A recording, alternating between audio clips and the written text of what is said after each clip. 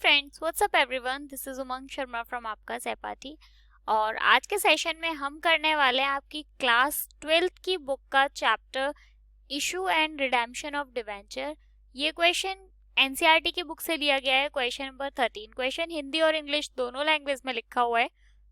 जो भी आपको ठीक लगता है आप उस लैंग्वेज में देख सकते हो। इससे पहले वाली एनसीईआरटी की बुक के क्वेश्चन नंबर 12 तक हम ऑलरेडी सॉल्व कर चुके हैं।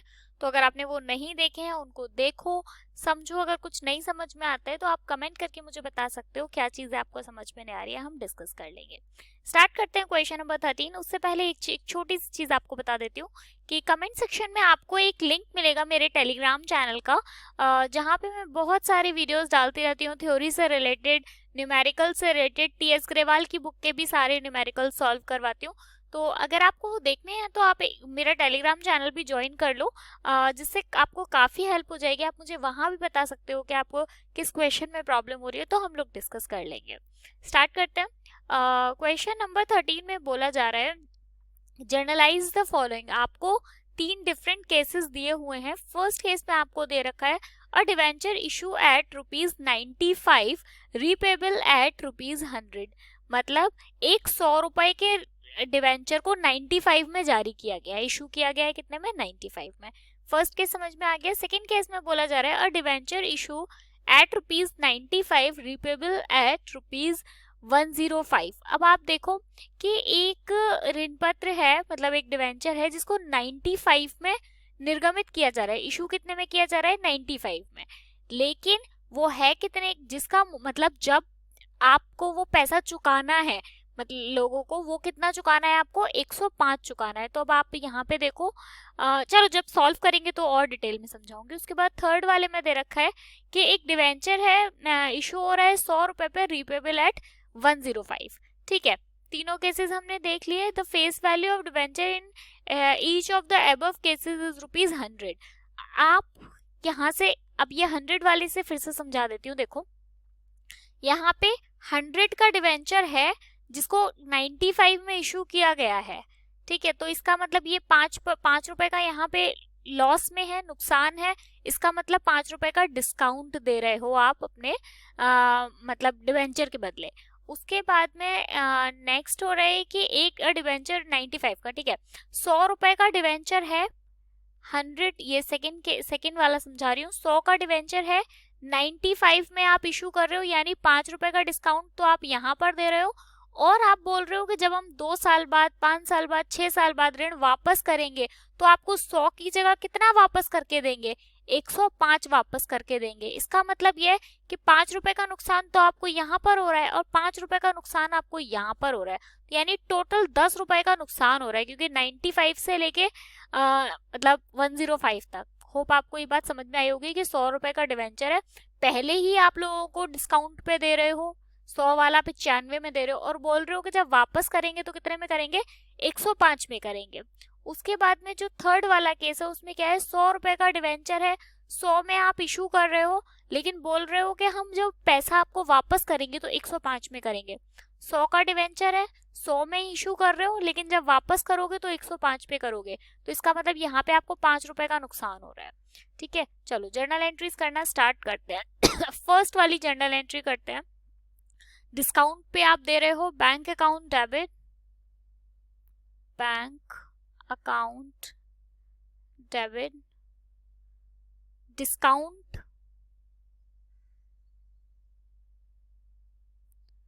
On issue of debenture,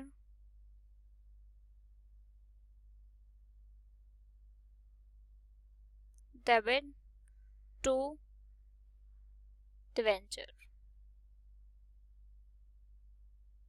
amount लिख लेते हैं। डिवेंचर की वैल्यू कितनी है, 100 रुपए है, 5 रुपए का आप डिस्काउंट दे रहे हो और 95 में इशू कर रहे हो।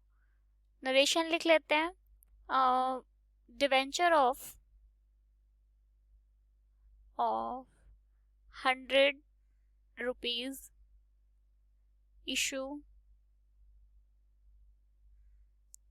issued at 5 rupees, 5 rupees discount. Okay, आ जाते हैं नंबर सेकेंड एंट्री पर। सेकेंड में आप क्या कर रहे हो, bank account debit,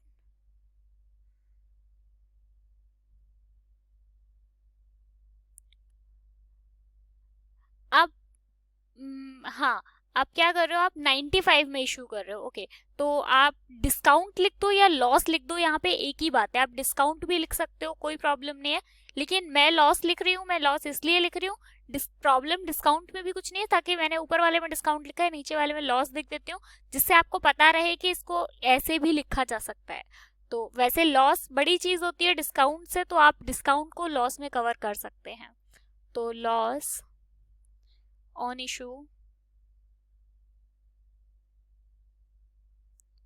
of debenture, account debit to debenture to premium। अब आपका, आप 100 रुपए का डिवेंचर है पहले तो, 95 में आप इशू कर रहे हो, 10 रुपए का आप डिस्काउंट दे रहे हो, और 5 रुपए आप बोल रहे हो कि हम वापस ज्यादा करेंगे, मतलब प्रीमियम पे 5 रुपए, 100 वाला है जिसको 95 में इशू कर रहे हो, पहले ही 10 रुपए का डिस्काउंट दे रहे हो, और बाद में बोल रहे हो कि 5 रुपए ज्यादा वापस करेंगे। हाँ ठीक है। नरेशन लिख देते हैं यहाँ पे, debenture of ₹100 issued at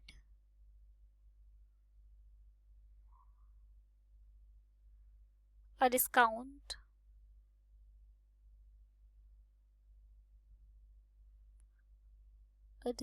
of ₹5 with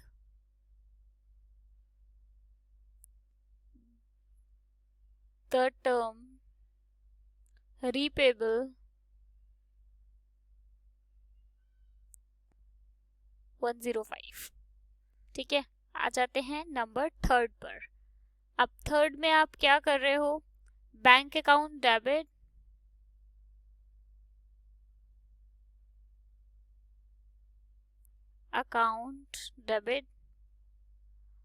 loss on issue of debenture debit to debenture और टू प्रीमियम।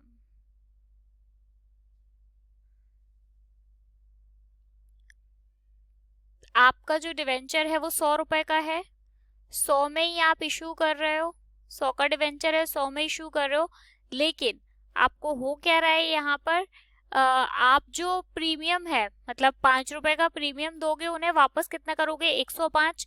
अगर आप 100 रुपए वाला 100 में इशू कर रहे हो लेकिन वापस करोगे 5 रुपए, मतलब 100 का डिवेंचर था, आपने बोला कि जब हम वापस करेंगे आपको रिटर्न तो 105 करेंगे, तो आपको 5 रुपए का नुकसान हो रहा है यहाँ पे, वही 5 रुपए आपका लॉस है। आप नरेशन लिख दो यहाँ पे, डिवेंचर ऑफ ₹100 issued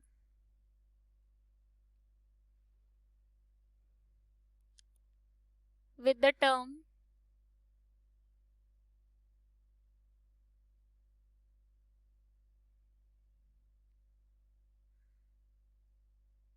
repayable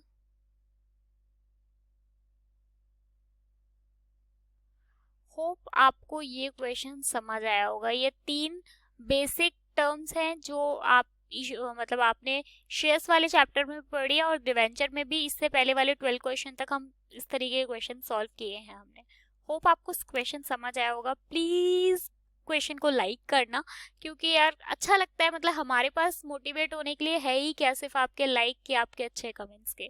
तो लाइक कर दो फटाफट से, टेलीग्राम चैनल पर आ जाओ। मिलेंगे नेक्स्ट वीडियो में, क्वेश्चन नंबर 14 से आगे वाले क्वेश्चन हम सॉल्व करेंगे। Bye, thank you so much.